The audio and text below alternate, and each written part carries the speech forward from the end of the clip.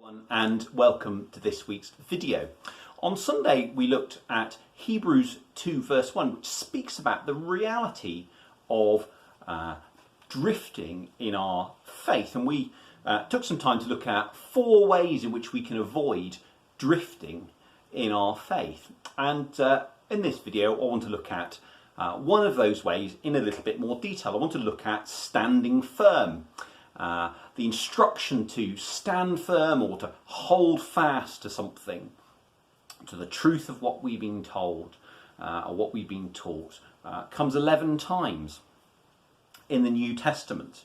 And I just want to sort of illustrate this with a story from my childhood. When I was a kid, my parents were both teachers, and we used to have the wonderful joy of going to France on holiday, and we lived in Plymouth, a naval town where great explorers were sent out over the world, and we used to go sometimes and cross the channel from Plymouth to Roscoff, and this is right at the head of the English Channel, and by and large the crossings were okay, but sometimes they were really rough. And I remember on one occasion having a particularly rough crossing, and people everywhere on the boat were being sick, and just this sort of feeling of the boat rocking and rolling around, and having to cope with that. And that came back to mind when we're in a storm, when the boat that we're on is being tossed around. Sometimes we've got to resist the way in which we're being thrown in order to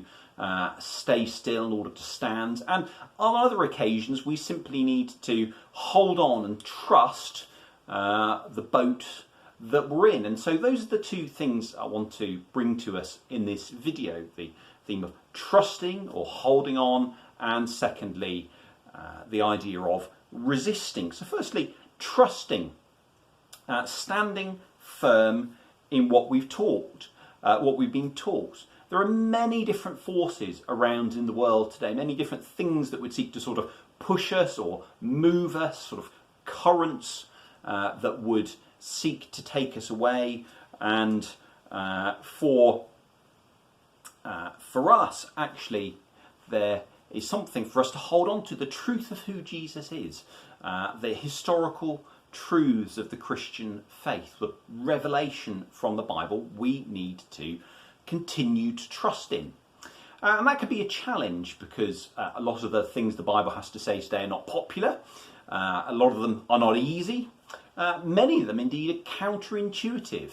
They're the opposite of what we think would work, or the opposite of what our culture thinks would work. And so there's a challenge for us to hold on to those truths of the faith, to continue to believe and to trust in what the Bible says, and to not simply just to believe it in our heads, but to put it into practice. And there is great comfort that will come to us as we do that, and there is great power that also will come to us as we do that. God's word is powerful. When we obey what he says, there are things that sort of flow from that, and the power to stand firm is one of those. Secondly, we need to stand firm in our faith, and as we do that, in standing in our trust of God, it causes us to look to God, and God, of course, is the source of our sustaining power. That's where it comes from, and it unites us with him. So just a couple of things there about trusting, and let me just talk a bit further about resisting. There are a number of things I think that we want to... Oh, sorry, actually, before I do that, I meant to include these earlier. There's a couple of verses, one from 2 Thessalonians 2:15, which speaks about, "So then, my brothers, stand firm and hold on to the teachings we passed on to you, whether by word of mouth or by letter." And those teachings we have recorded in the New Testament, and that's what we can rely on. We need to stand firm on what's being given to us. And James 5:8 has very much the same sentiment. "You too be patient and stand firm, because the Lord's coming is near." The reason that we need to hold on and stand firm in what we've been taught and in our faith is because God's coming is near. We don't know when God's going to come.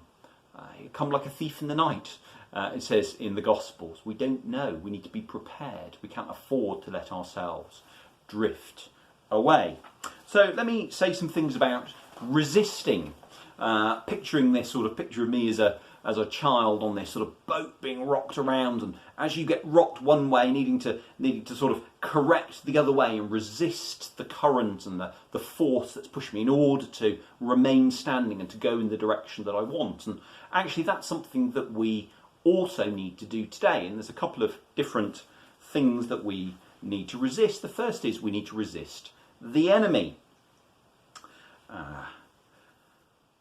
The enemy has very little power over us, has no power over us indeed. And sometimes we think that he's really quite powerful. But the power of sin in our lives has been broken. We've moved from the dominion of darkness into the dominion of the Son that he loves, Ephesians says. We've moved from being in one camp to being in another. And the enemy no longer has rightful authority over us. So we can simply, when he comes to us and sort of gets in the way, seeks to mess things up, to rob, to steal and destroy, in the words of John 10, we can resist him. Submit yourselves to God, then. Resist the devil and he will flee from you. That's a great promise and an instruction from James 4. Resist the devil and he will flee from you. There's nothing that he can do against a Christian who resists. There's also quite a sober warning in 1 Peter 5. Be self-controlled and alert. Your enemy, the devil, prowls around like a roaring lion looking for someone to devour. Resist him, standing firm in the faith, because you know that your brothers throughout the world are undergoing the same kind of sufferings. We're not alone in needing to resist the devil. It's something that our brothers and sisters through all ages and different parts of the world today have to do. And the enemy is on the lookout for Christians to devour. Quite a vivid picture, isn't it? And our job is to resist him and to stand firm in the faith. That's our job. And he has no power over us. But do you know what? There are things that we can do that put us in a vulnerable position. We talked about what some of those things were on Sunday. Disconnecting from fellowship, not being connected with one another, and so on. So resist the enemy. And then finally, resist temptation. As I mentioned earlier, the power of sin in our lives has been broken. So actually, when temptation comes, we've got everything that we need simply to resist it. Do you know what? That's a really easy thing to say, but a much more difficult thing to live out. And some verses that have always encouraged me on this, the ones from Hebrews 4:15 and 16, which say this. For we do not speak about Jesus, for we do not have a high priest who is unable to sympathise with our weaknesses. But we have one who's been tempted in every way, just as we are, yet was without sin. Let us then approach the throne of grace with confidence, so that we may receive mercy and find grace to help us in our time of need. So what the writer to the Hebrews is saying here is that Jesus was made like his brothers in every way. We read in the first couple of chapters of Hebrews. He was fully human. He knows everything that we go through. He knows exactly what it's like to be human. He went through the full range of human emotions. He understands what temptation was like. And he was tempted in every way. So whatever we've been through, Jesus has been through. Yet was without sin. He walked through it completely without sin.